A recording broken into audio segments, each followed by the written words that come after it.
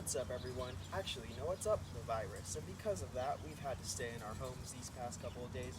Kind of sucks. You're getting kind of bored. You don't know what to do. You want to stay active in this time. We're just kind of sitting around everywhere. So you know what? I have a solution for you. Because today, we're going to be going over 3 easy Russian dances that you can do at home and that you can learn relatively easily. So, to start off, what you want to do is you want to make sure you stretch out really good.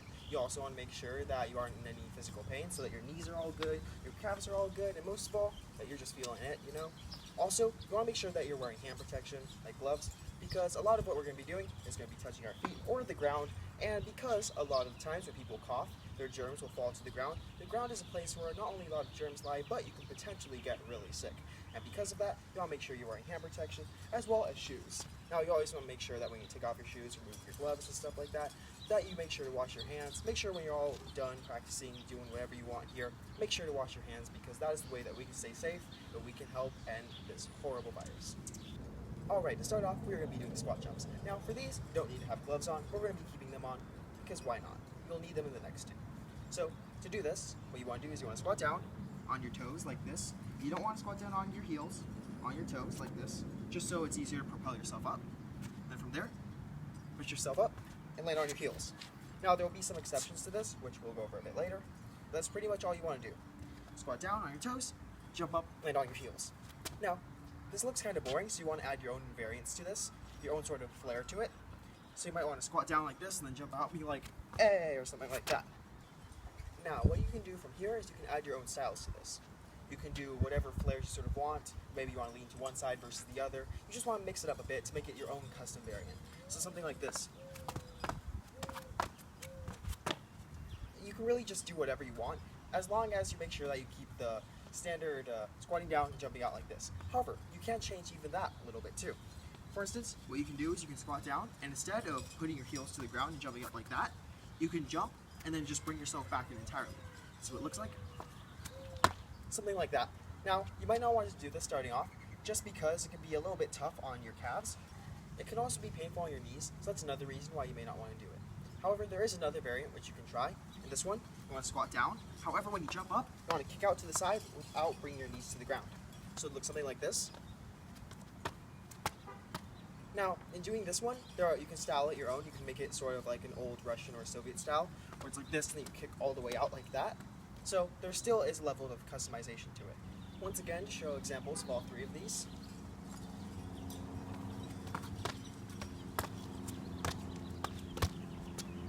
So something sort of like that.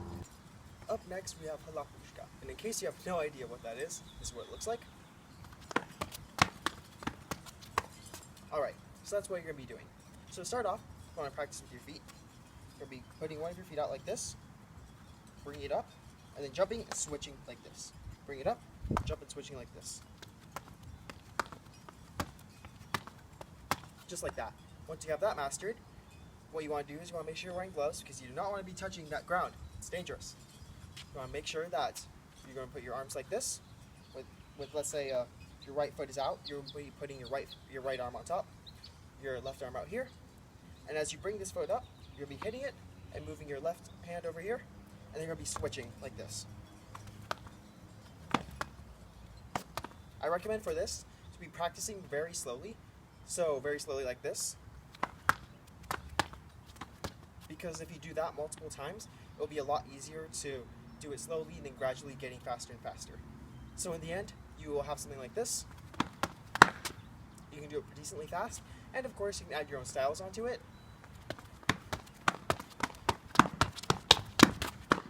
And just do whatever you want going like that. So it's decently easy to do. It just requires a lot of practice. Alright, for our last dance of the day, we'll be doing alternating hand and kicks. Now, to do this, you want to make sure that both your hands are on the ground like this. That's why you want to wear gloves. And that you're like this, sort of like a tabletop.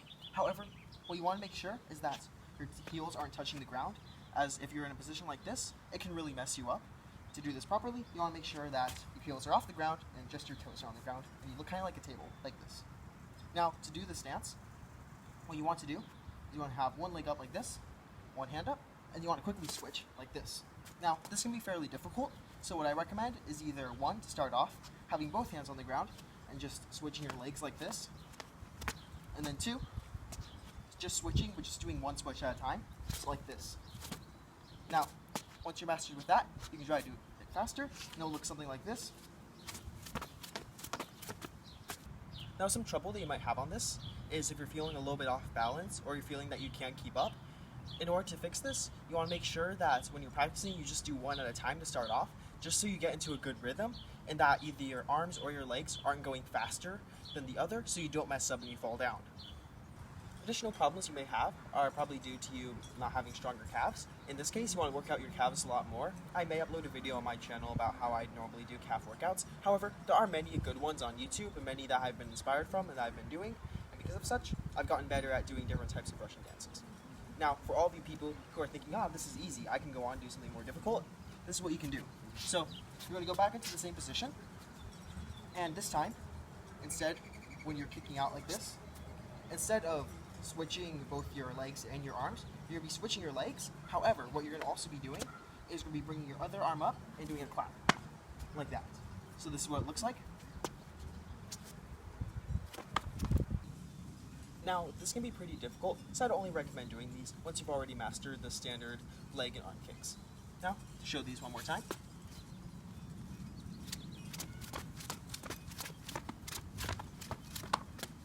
So these were 3 Russian dances, which you can do at home during this time of crisis. Now, make sure to wear gloves and shoes to make sure that you limit your exposure to the virus as much as possible.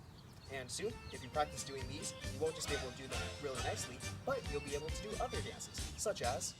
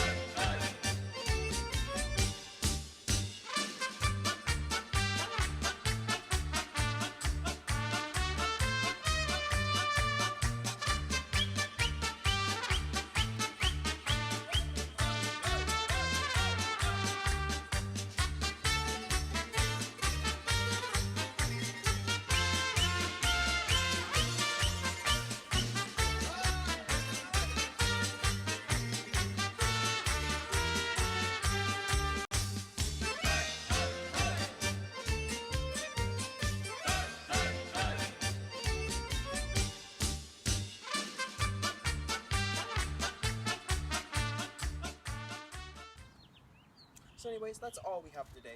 Thank you guys so much for watching, and I'll see you guys in the next video.